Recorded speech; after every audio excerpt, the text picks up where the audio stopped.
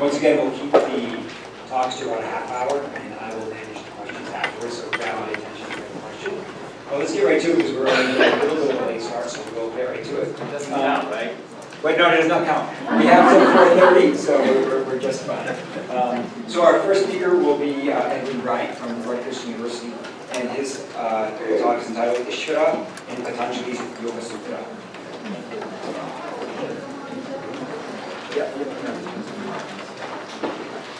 Okay, good afternoon. Just want to say it's a pleasure to be here, and thanks Chris and everybody for putting this together. All these great rishis and sadhakas. My topic is going to be on Ishvara. You know, it's an interesting question. Do we bring our own sanskaras and project them onto Patanjali? Which of course we do, because we can't interpret any reality without projecting our sanskaras. Or do our sanskaras cause us to see things which perhaps others don't, and choose to maybe expand on those things? Somewhere in between there. So I'm going to read, I'm old-fashioned, is that right? It's not going to be too boring reading a paper. In my paper, I attempt to refocus attention and stress on the Upanishadic and epic milieu, epic meaning the Mahabharata epic, from which the Sutras emerged, focusing on the notion of Ishvara. I will argue that while Patanjali's concern is specifically with developing or elaborating on one specific ingredient of that milieu, of the Upanishadic epic milieu, namely the practices, techniques, and progressive states of meditation, Chitta Vritti Nirodha, that's his project, that's his focus, clearly announces that right at the beginning. So while that's a given, he's best understood as being in harmony with the overall middle Upanishadic and epic corpus. Specifically, which is what I'm going to focus on, with shared notions, shared maybe in that milieu, pertaining to the notion of, to the nature of Ishvara that had become normative at its time. When tracing the origins of yoga in the Mahabharata, specifically the 12th book, the Moksha Dharma, which the teachings of Bhishma, he's lying on a bed of arrows, he's been shot, there's no room in his body, even 2 fingers. There's no room to put 2 fingers because he's lying on a bed of arrows. He's able to choose the moment of his death. He's waiting for the Uttarayana. And then the old warriors, Yudhishthira in particular, come and they get to ask these questions. There's this huge Moksha Dharma section, which is full of all kinds of teachings, Dharma and so forth, but also philosophical teachings. So that's what I'm referring to when I say the Mahabharata, and specifically referring to the Moksha Dharma, that section of the 12th book. So when tracing the origin of yoga in the Mahabharata, later Upanishads such as, specifically the Shvetasvatara and the Maitri, the Bhagavad Gita, and the developing Puranic corpus. And we shouldn't underestimate the importance of the Puranas. We have so neglected Puranas in academic scholarship. Going back to the colonial period, they were simply dismissed as unworthy of serious academic attention. But if we had to essentialize, what is Hinduism? It's a Purana. Nobody in India is reading Yoga Sutras. Who's reading Yoga Sutras in India? David White even pointed out that when Colebrook went to India, he couldn't find anybody to teach him the Yoga Sutras. Not just him as a colonial scholar, Dayananda Saraswati couldn't find anybody to teach him the Yoga Sutras. Really, Indians, if you want to essentialize, Hindus get their yoga from the Puranas and the epics, embedded in these stories. And some of these Puranas are highly philosophically sophisticated. I work with the Bhagavad Purana, and they are really sophisticated philosophical sections of that, embedded in the narrative. Even the gopis, all of a sudden, will just sort of embark on some high-level philosophical discourse. So we shouldn't neglect the Puranas. Now, granted, scholars say that they reached their completion in the Gupta period, but that the material contained in them go back possibly even millennia. Because there's stories and there's references in the Rig Veda, which then the Puranas then elaborate on. The Rig Veda mentions something, assumes common knowledge of personalities or stories. that are then developed in the Puranas. We have no way of dating the material. Some bits and pieces we can date, right? We date in Arias, in the Harivamsa, Zebe, the Greek period. There's one word, but most of the material we can't. So we really neglected that. It's a shame that really, not just for students of religion, scholars of religion, but philosophers. I think it's paying more attention to the Puranas and the Moksha Dharma. Moksha Dharma is a good couple of PhD dissertations waiting to be done on that text. So this is the milieu that I'm speaking about. The Upanishads, the middle Upanishads, the Moksha Dharma, the Puranas, and of course the Bhagavad Gita. So, now all of these traditions that are emerging as mainstream pan-Indic, post-Vedic, pan-Indic, Hinduism, subscribe to the Purusha and property principles associated with Sankhya, but these are subsumed under the higher Upanishadic principle of union with Brahman, some sort of union with Brahman. Now, Brahman is not explicitly mentioned in the Yoga Sutras, although Patanjali accepts Ishvara, which he equates with Om, which is the sonic form of Brahman in the Upanishads. The relationship remains undeveloped, but clearly Patanjali stresses Svadhyaya. He stresses it in the as a part of Kriya Yoga, and he stresses it as a niyama, as mandatory. What is Svadhyaya? What would Svadhyaya have been in Patanjali's time? It would have been the Upanishads, the Moksha Dharma, what else would it have been? And the Puranas. So I think we're justified in assuming that unless, my argument is partly going to be, unless he departs from normative understandings, then he should be seen as in harmony with this larger background. Okay, so that's part of my argument. So, okay. I'm not sure how much. I'm really going to speak about Ishvara, but that's something we should think about. All right. So, just going to get there. All right. But now the other thing is Brahman is definitely mentioned by Vyas. We're going to go with Philip's work. Vyas quotes a verse in the 4th chapter talking about the Purusha in the cave of the heart as Brahman. So, right, so clearly we have a connection there. So Vyas clearly makes an equation with Purusha and Brahman. In 4, I think it is 23. So now, the reason for Patanjali's lack of explicit reference to Brahman, I suggest, is that Patanjali's concerns clearly and explicitly relate to meditation, rather than cosmology or metaphysics, right? What's the concern of the Vedanta? The Janmadi Saryata, right? Creation. So that's not his project. So, we can further suggest, I'm going to further suggest, that in the absence of explicit comments to the contrary, we might well assume that Patanjali accepts the great Upanishadic context of a Brahman absolute.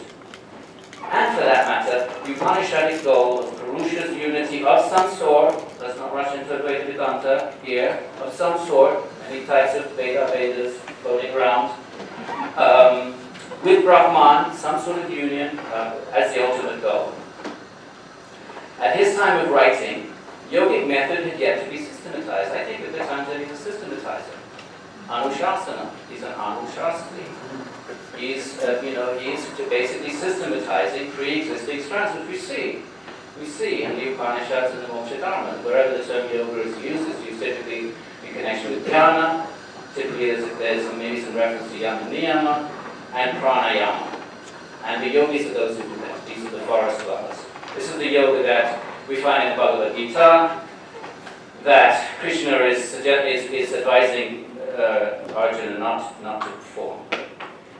So all of those traditions that we see peeping through the old texts accept some kind of a connection between the Atman, Purusha, and Brahman.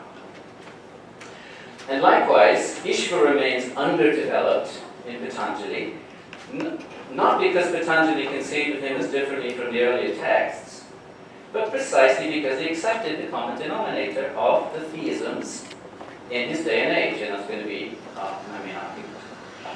reiterating established paradigms was redundant, or at least not part of the project he was inspired to undertake.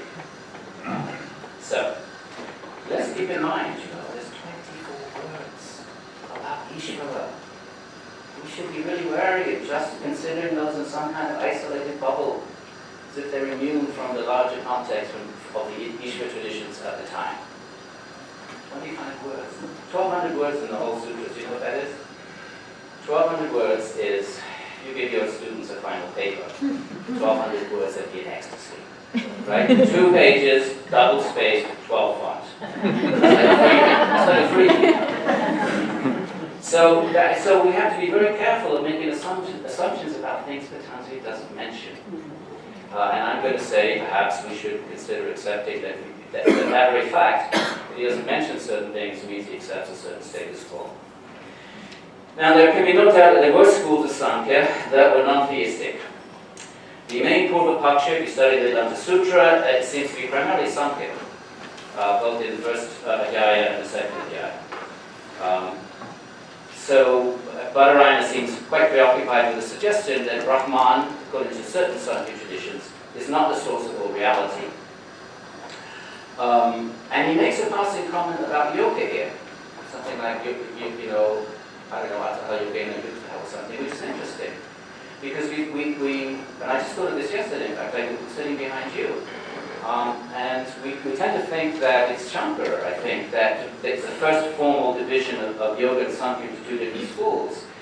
But if I'm correct, the Vedanta Sutra itself seems to acknowledge that there's a distinction. Otherwise, why would it say Ekena Yoga Yukta? By the same grounds, yoga. So Badarayana seems, in this, whenever we take that text, they've had some sense of 2 different schools, and the Mahabharata does too. And he says, okay, they're stupid, the ones who think there are 2 different schools, but that means there were stupid people who thought there were 2 different schools. So the idea of 2 different schools is not something I think that we can pin completely onto Shankara. Now, as with the cluster of yoga traditions, there were numerous variants of Sankhya. Although yet to be systematized elegantly, these are amply evidenced in the Mahabharata, pervaded with Sankhya in the Moksha Dharma, as we have noted. But they also pervade the Puranas. And I think it's important to remember that the Sankhya Karikara of Ishvara Krishna has by default become the main text of the Sankhya tradition because there's no earlier systematizations of Sankhya. So by default, the Sankhya Karika becomes sort of, take the placeholder for philosophical Sankhya. In any event, prior to the Karikas, certainly the more dominant strains of Sankhya did accept the existence of Brahman as an absolute, often conceived of as Ishvara. And it is these that pervade these Sankhya traditions. I think the Chinese pilgrim, when he came to collect Buddhist texts, I forget his name, said something about those 25 different schools of Sankhya, or 12, or some, I forget the number, but a large number. I know the Bhagavata Purana, the text I work with, names numerous schools of Sankhya, so there were many schools of Sankhya, amongst which there was a non-theistic school. In Shankara, he said that 2 Kapilas, he tries to justify by saying there's 2 Kapilas, there's a theistic one and a non-theistic one. But what I'm suggesting is, mainstream Sankhya, we tend to list Sankhya as non-theistic. I'm suggesting mainstream Sankhya is actually rather theistic, based on quantitatively, based on the number of strains we see in the Moksha Dharma, in all of the Puranas, even Ayurveda. No, not Ayurveda, scrap that. So some scholars do find some slight evidence in the Mahabharata for a strain of non-theistic Sankhya, there's Anishvara mentioned there. But in Edgarton's reading, there's not a single non-theistic passage associated with Sankhya in the entire epic. And this is supported by the only serious work I've seen done on the Moksha Dharma is by Ramakrishna Rao. And he identifies 4 different kinds of Sankhya traditions. Proto-Vedanta, Proto-Pancharatrika, Proto-Yoga, and Proto-something else. So on the other hand, there are abundant and unambiguous passages in the epic that explicitly associate Sankhya either with the impersonal monistic absolute Brahman or with the personal Ishvara, even adding a 26th ingredient of property to the more standard 25. And even the impersonalist schools of Sankhya use the language of Vishnu for that, by the way. Moksha Dharma is heavily Vaishnava. Certainly in the Bhagavad Gita, Krishna emphatically states that he is Ishvara, as well as the support of Brahman, and that property and the Sankhya evolutes are his lower nature. For our purposes, the Proto-Sankhya Yoga sections of the epic are not only theistic, but Vaishnava in orientation. These traditions are theistic Sankhya preceding Patanjali are thus ancient and widespread, since they also pervade not only the later Upanishads and the epic, but as I said, the Puranas. Okay, so what then? What does Patanjali, since he doesn't mention Brahman, what does he have to say about Ishvara? The term Ishvara occurs in 4 distinct contexts in the Yoga Sutras. The first is how to attain the goal of yoga, which is Chitta, Vritti. We should all memorize that at this point. Chitta, Vritti, Chitta. So that's the first time that Ishvara is, and we're going to focus on that. These are the verses up there. It goes up to 28, I would say, perhaps a little bit, perhaps we could spill it over, depending on, perhaps up to 33 actually, which is the consequence of Ishvara or its side effects and results. The only information, and then it's mentioned again in the Kriya Yoga as a mandatory ingredient, right? There's no va. Ishvara Pranidhana va in the first chapter, no va in Kriya Yoga. Va means or, optionality. No va in the Kriya Yoga, and no va as a niyama. And the final mention of Ishvara is as the boons, little boons. We're talking about the cities, which are sort of, those boons, some of them a little city has in the 3rd chapter. And the boon for Ishvara Pranidhana is Samadhi Siddhi, which obviously certainly later commentators see that as an act of grace. Now, so here we have it. So the first verse we have Ishvara Pranidhana dva, or here we have an option. The stability of mind, goal of yoga, can be attained by pranidha, right? Pra, forward, knee, down, ta, placing, surrendering, submitting the mind to Ishvara. Now, who is this Ishvara? Ishvara is a Purusha Vishesha. It's a Purusha, meaning he's not a proper entity. What else does a Purusha mean? But he's a Vishesha, a special kind of Purusha. I don't know if you want to take that in the sort of Nyaya sense, so that he has a Vishesha, but he's distinct. Who is aparam rishtaha. Now this is a very important word. And the commentators make a lot of this, because it means he has never been affected by the kleshas, the obstacles, avidya, etc., and its evidence, of ignorance, by karma, or vipaka by the fructification of karma. Never. Okay, so that eliminates various possibilities. The term Ishvara is often used for the siddhas, the accomplished yogis. It's used for the tathagatas. We have this whole thing on reset. I feel like does anyone follow that? I don't know how that happened. I didn't start that. I just blew up at it, just like a trial run. Some scholars would like to see that the Ishvara could just refer to an accomplished yogi. But the reason that's not possible is an accomplished yogi was once upon a time not accomplished, subject to the kleshas and the gunas, the tathagatas, the Jain Tirthankaras, and so forth. So this is an important word, and Vyasa stresses it, and so forth. Never been affected by these things. Therefore, a transcendent Purusha, not in the category of an accomplished yogi. Tatra nirati sayam sarvajna bijam, and his omniscience is unsurpassed. And this is also interesting. The commentators don't pick up on this. Why nirati sayam? If you're sarvajna, if you're omniscient, you don't have to qualify omniscience. There's no gradation in omniscience. It means omni. So what does it mean to be nirati sayam, omniscient, without the unsurpassed omniscience? I thought about this recently. It didn't come to me when I was writing. So I put it in. But actually, the yoga tradition claims that the Patanjali claims, and Buddhists and the Jains all claim, the accomplished siddha can become omniscient. That he can know everything from the Anu to the Mahat. That's omniscience.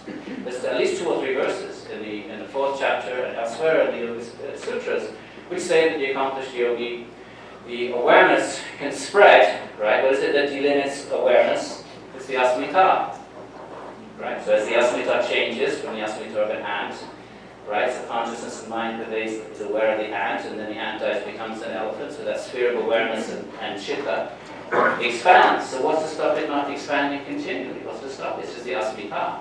So a yogi who has transcended the asmita, according to these traditions, there's no, it's like a 100-watt bulb. It could shine in the whole universe if there's no obstacles, if there's no atmospheric obstructions. So this claim to omniscience is actually whatever we make of it. Let's bracket, notions of true or false. Let's look at it from the perspective of Sankhya metaphysics. It's a logical correlate with Sankhya metaphysics. So, and in fact, what's the highest states of samadhi, right? When you get to the state of even nirvichara, your consciousness pervading subtle such structure of all property. It's a type of omniscience. So, what does it mean that it's unsurpassed? Ishvara's omniscience is something beyond that, beyond the omniscience of a fully qualified yogi. You could read it that way. I'm not saying the commentators pick that up. I'm just throwing that out. I don't think I'm going to stake too much on it, but it's an interesting thought. Purvesham api guru kalayana that he is the guru, the teacher of the ancients. He is another thing. He's not affected by time. He's not affected by time. Other accomplished beings are affected by time. So, and he's also a guru, a teacher. And how can he teach the ancients? Because he's transcendent. What is time? It's the movement of property. So therefore, one who is transcendent to time can intervene in time periodically, because such a being is not caught up in the fritties in movements of property. Tasya vachika pranavaha, that his sound, that his vachika is his sound representation, and there's a whole discussion in the commentaries about this. Is it a representation? Is it actually sonic presence? But anyway, we don't have to get caught up in that. It's Om. So Ishvara is Om. That he's drawing here from the Upanishads. Would be where Brahman, Mandukya, and throughout the Upanishads, I would suggest there's a correlation here. Of course, Ishvara, Krishna and Gita says, I'm Om, I'm Sam Om, right? Well, Akshara is something, I'm Pranava. Okay. So, so these are the verses, and finally, what's all this got to do with Chitta-vritti Nirodha?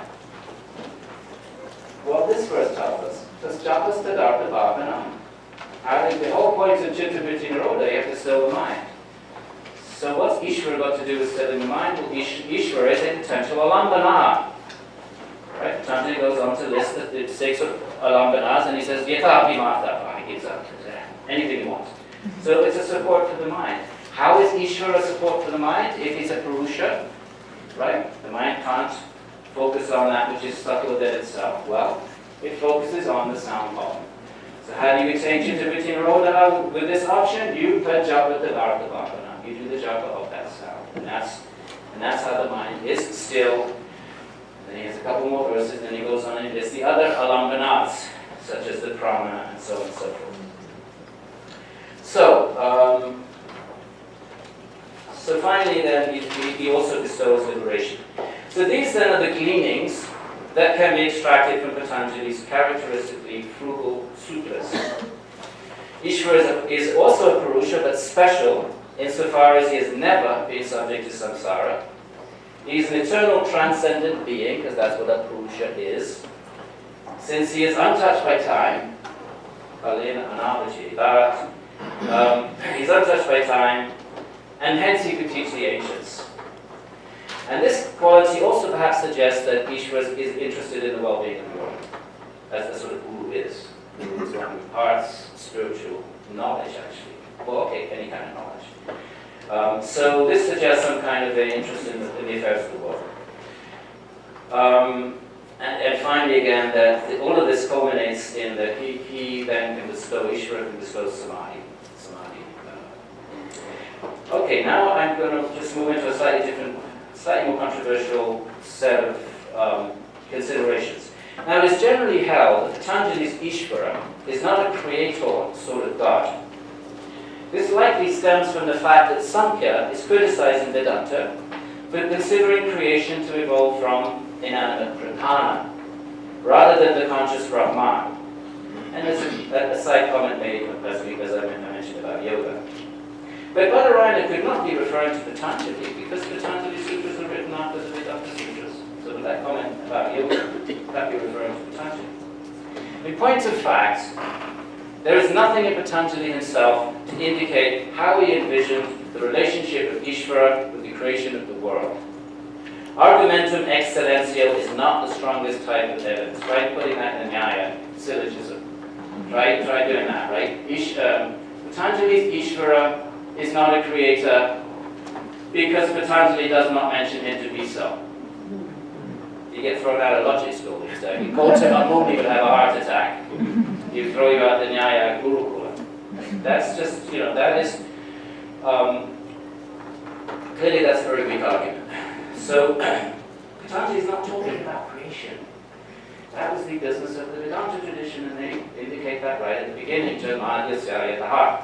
This is the project of the Vedanta Sutra tradition. So, he involves Ishvara in the context of what he's talking about, Chitta-vritti Nirodha. And he lists the characteristics of Ishvara that are relevant to that. This is a very short sutra. Don't start talking about irrelevant things like creation, especially when that's being discussed elsewhere in other bodies of knowledge. Patanjali introduces Ishvara exclusively in the context of meditation. So sutra traditions are hyper-succinct in prose and narrowly delimited in focus. And this text is about how to still the mind, not how the world is created. Patanjali clearly announces his focus at the very second verse, and creation has nothing to do with it. So one has no explicit grounds, no grounds from the text itself to determine how Patanjali envisioned the relationship of Ishvara with creation. We have no grounds to make strong statements about that, just because he doesn't mention it. Okay. So, and remember, he does correlate Ishvara with Om, and Om is certainly to be equated with Brahman, the source of being in the Upanishads. And I'll just say again, what would Sadhyaya have been in Patanjali's time if he stresses it so much? It would have been a study of the Upanishads and those types of texts. Okay. To my knowledge, all unambiguous theistic traditions taking root in Patanjali's day, epic, Puranic, Vedanta, Nyaya, accepted Brahmans or Ishvara, at least as an efficient cause of creation, the nimitta, karana, if not with the Vedantins, the instrumental, upadana. What grounds do we have from this period to insist Patanjali's notion of Ishvara was an exception, other than the fact he doesn't mention it, and the Vedanta Sutra reference that we mentioned. And I would like to suggest the very fact that Patanjali makes no reference to the creatorship aspect of Ishvara, the fact he doesn't mention that, suggests he accepted the status quo of the Shruti, Smriti, Itihasa, and Purana pertaining to the generic attributes of Ishvara.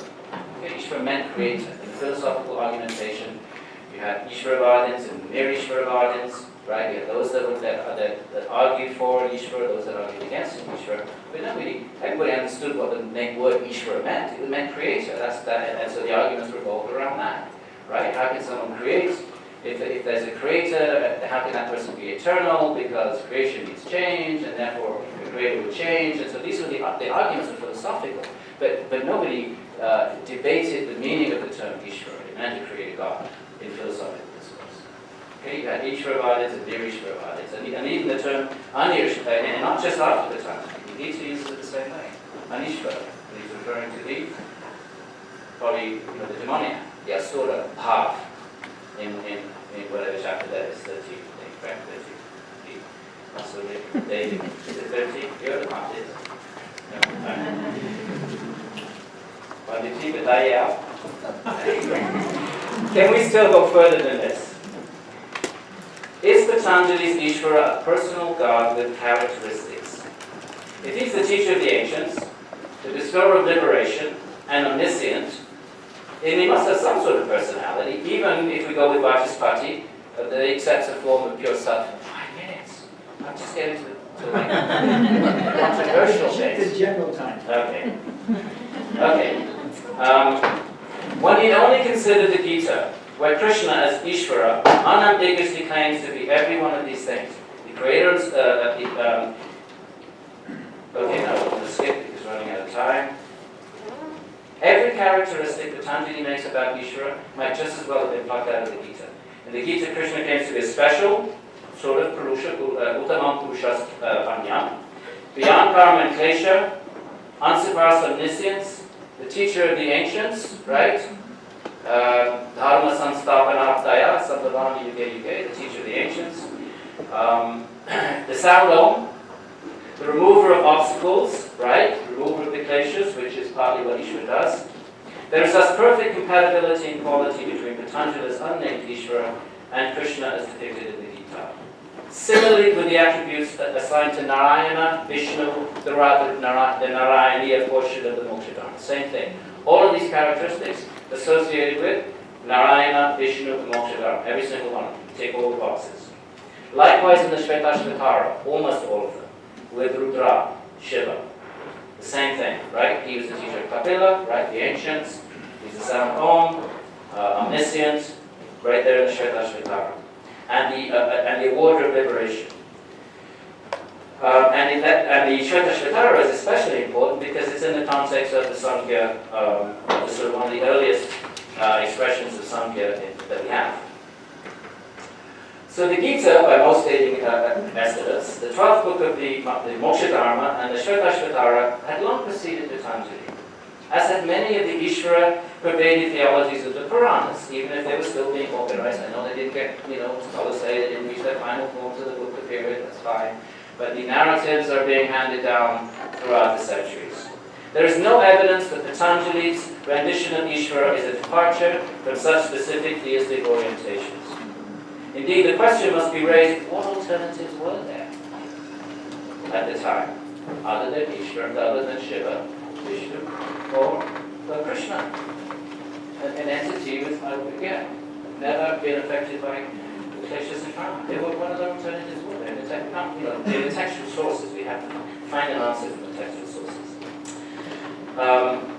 Patanjali would have been, again, aware of all of these sources, all the more so given his emphasis on svadhyaya, study. So, in summary, my concluding few words, without explicit statements from Patanjali or Vyasa to the contrary, one must assume that Patanjali accepted the normative, early Vedanta notions of the goal of liberation, not must, and he changed that, I'll be in trouble. One might assume, assume, first thing you tell the students, don't be assertive, don't say must, be suggestive. One might argue that way you keep yourself. One might suggest that Patanjali accepted the normative, early Vedanta notions of the goal of liberation as being some sort of union of Purusha with Brahman. Fewer than 25 words have been utilized in the Sutras to describe Ishvara. Far too much has been made of extracting these from the greater theistic landscape of his day, as if they existed in some kind of isolated bubble. These terse statements,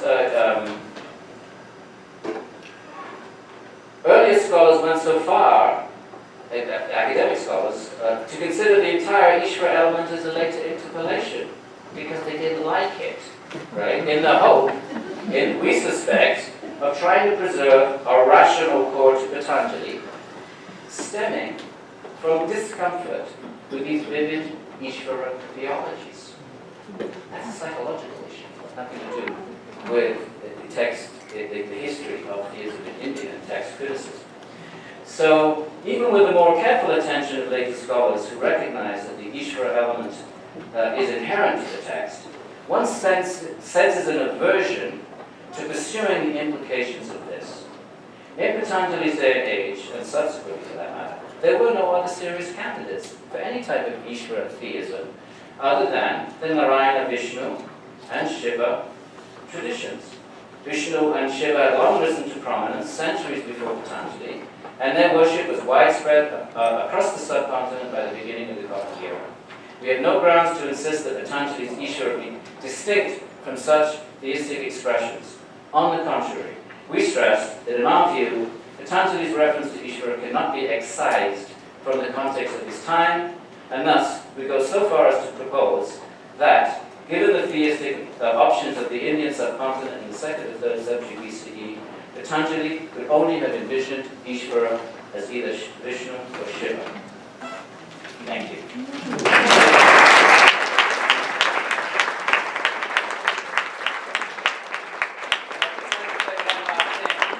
And that is, in my opinion, is the genius of Patanjali, that he didn't specify. Unlike the Bhagavad Gita, where Krishna is a very kind of in-your-face, with all due respect, type of theism, right? So I think the beauty of Patanjali is precisely that. Even now here, in the 21st century West, we can do with Ishvara what we will. Whether that's historically accurate or not, you get people like me coming up and ranting about it. Okay, we're going to take a couple of questions. We'll do about 10 minutes of questions. I think would be perfect. Can you turn off your microphone for a second while we do this? You have to go back and forth. So now you can hold that.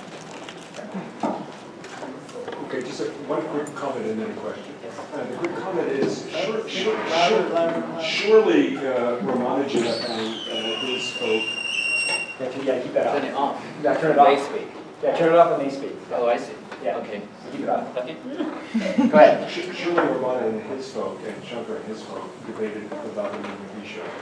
But that's really not so important. The important point is, it seems as though the reason the interpretation of Ishvara has been so minimalist and not aligned, as you hold, I think, rightly. I really admire and agree with your overall position. I think it's because of reading the dualism of Purusha and Prakriti in strictly ontological terms, as I think many readers is going to also stress this problem. And it's hard to understand how Ishvara can provide Chitta-Vritti Nirodha. If Purusha is cut off from Prakriti, and all action on the part of the self or soul is really a kind of an illusion, then how can Ishvara affect, well, not only creation, but how can Ishvara provide grace? I mean, it does seem as though that's exactly what Patanjali has in mind, but that seems to be the obstacle and has led people to this minimalist interpretation. Okay. Where's the mic? Just right on. Oh. We'll get used to it. Both Shankara and Ramanuja both said Ishvara as Vishnu and Narayana, the first part of your question. It's just that Shankara will then say that's Mithya, it's Vyavharika, but Ishvara as the creator is as real to the extent that creation is real, then Narayana is real. So in that sense, it's not like that earth and corn, or the son of the son of the barren woman. It's not Mithya in that sense. But the second thing is then we have to look at the theologians. Ramanuja would say Antaryami, that Ishvara pervades everything, and therefore can purify from within the mind, the kleshas, and so forth. And that's how he can be bestowed samadhi. And that's how, from his japa, and freedom from all disturbances, right? From the japa comes the realization of the inner consciousness, but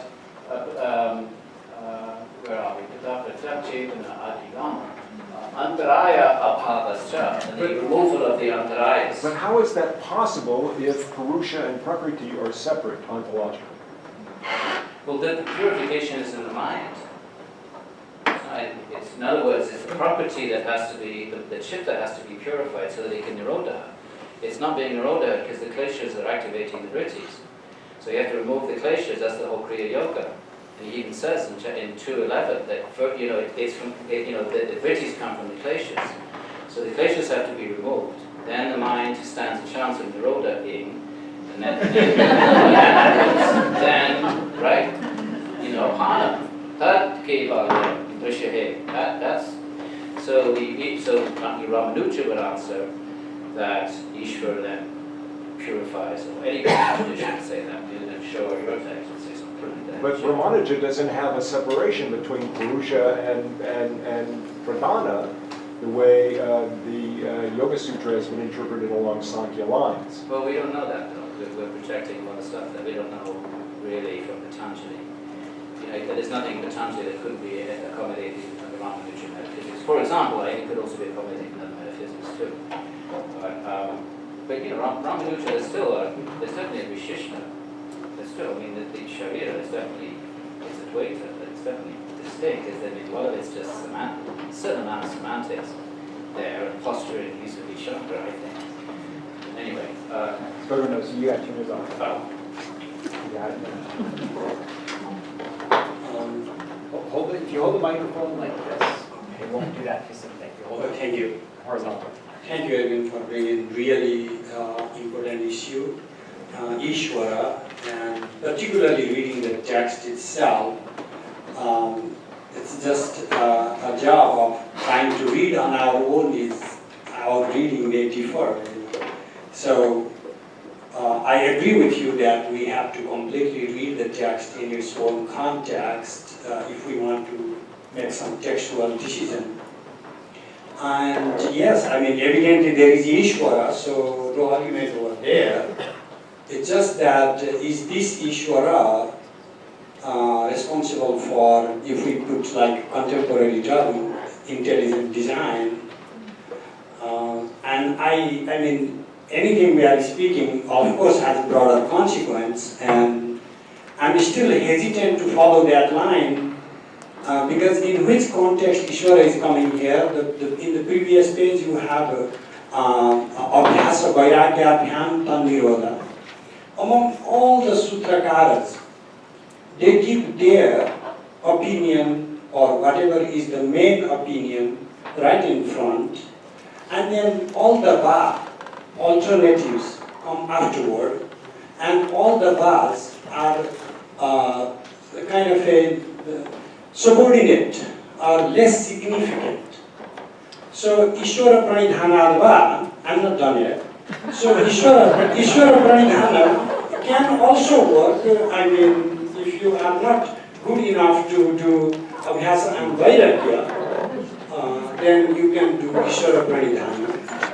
And in 25, I see one more thing, Sarvagya Bija. If the whole objective was to say Ishvara is Sarvagya, Sutrakara would not be such a fool to write such a long thing. He would simply say Saha Sarvagya. He would not need to write Tatra Niratisayam Sarvagya Bijam. The seed, he's not even omniscient. He said the seed of omniscience. There's the difference. And then only last, and I'll just leave it there. And you go in Niyama, Shauja, Santosha, Tapaha, Swadhyayeshwara, Pranidhana. Again, this is one of like washing and cleaning and, you know, not eating a little bit, and then just also Ishvara Pranidhana. Not anywhere in Samadhi. So, I mean, of course, Patanjali does accept Ishvara, but I think he's more intelligent than being a follower of an intelligent design. Yeah, no, that's okay. First thing I would suggest is this Abhyasa Vidagya Abhyam is the context of practice, right? Tatra Sthito Yatna, Akala, Anavichinnaha, you know, and then Vairagya. It doesn't tell us what you fix the mind on. It's telling us what Nirodha is, the context. Okay, what is this Nirodha? You have to practice it. You have to Tatra Sthito, you have to keep the mind Tatra. What's the Tatra? It doesn't tell us what the Tatra is. The Tatras are coming up later, the Alambanas. So it's just telling us the general context of practice. Then he has a little section of what we actually have to fix the mind on something. You're going to fix the mind. It has to be fixed on something. It's like anything. This is going to be fixed. It has to stick. That's what I do in my mind in meditation. So it's, you know, so that the Abhyasa Vairagya discussion doesn't tell us what the mind is to be fixed upon a specific object. That's called the Alambana, and it comes later. In the discussion of Alambana, we have, by what you just said, look at the list, and the most important things on the list come first, and Ishvara is first, and Ishvara gets 6 verses. All the other Alambanas just get one each. And there's 5 other Alambanas, some of them a bit strange, like Dream or something. So this is I would suggest, the most important Alambana, and specifically how is Ishvara Alambana? Through the pranava, on which you do japa. This is, to this day, the most common form of Hindu meditation is japa meditation. So I wouldn't quite name. Now the argument about creatorship, like I said, I just threw that out. I'm just suggesting that the term Ishvara at that time was always associated with creatorship. But that's not my main argument. I don't think I would invest too much in defending that. Okay. Can you turn yours off? Oh. A second?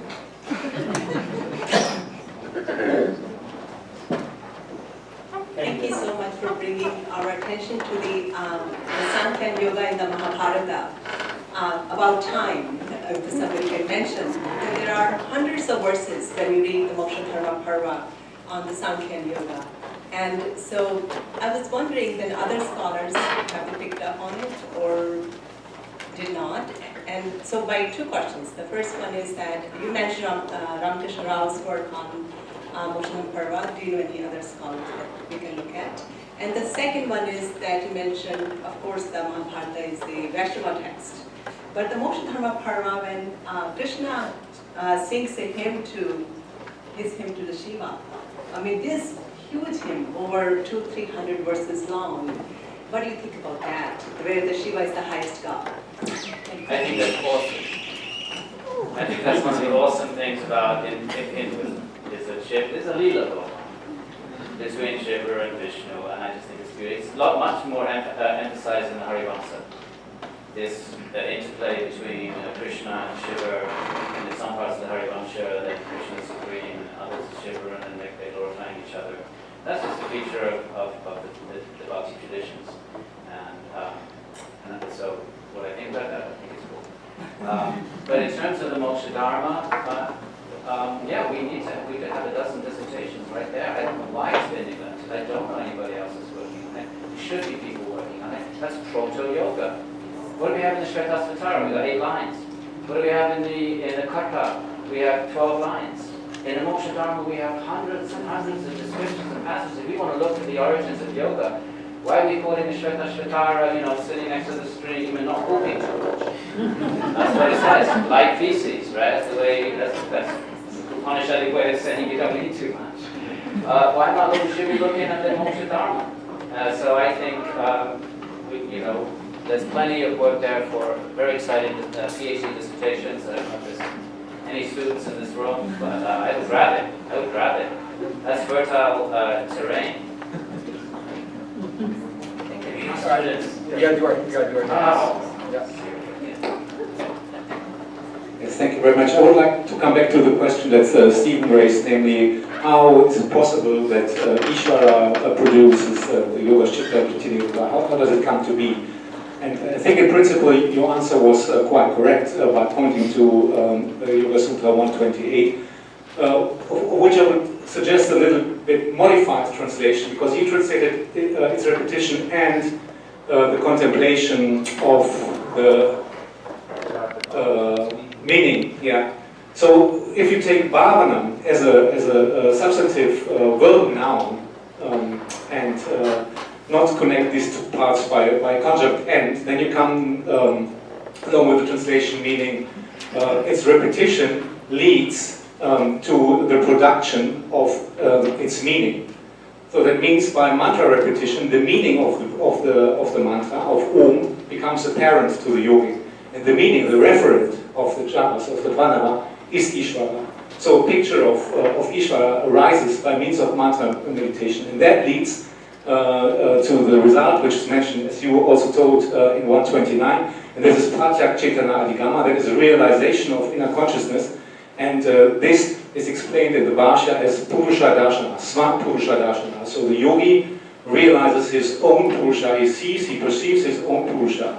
And this virtually amounts to the fact that he realizes the identity between his own Purusha and Ishvara. Ishvara as a special Purusha, and you said that like the Purusha, Ishvara is a Purusha, so my own Purusha is also free, unlimited, and transcendental, basically. Who says that? Which commentary says that? That's the Patanjali Yoga Shastra, the Bhashya part. Vyasa says that. Yeah. That the yogi realizes that he is Ishvara. Yes. Yeah, that his Purusha is identical with the Ishvara. Yeah. Okay, check that. Time for one more. Okay, I got the okay for one more. Just for Shankaracharya, Ishvara is the ultimate playful creator. I think this is a very profound kind of characteristic of Ishvara, according to Shankara. He creates the world by playing, and I think this has something to do with as a possible profound kind of answer to Philip's question about the possibility of taking care of the discrimination between Just quickly, it's not Shankara, usually it's Shankara, but it's Badarayana. The first time you see the word rasa is in the Dhamma Sutra Badarayana. And the question is, the Purva-paksha is, if God is Abdarama, is fulfilled, why we create? You create something because you need something. So why Purva-paksha? The opposing point of view, the Badarayana responds to, I forget exactly of verse, but it's simply not rasa, lila. It is lila. And so that Shankara is just picking up on Badarayana in that regard. But yeah, exactly what you said, it goes back to Badarayana. Thank you.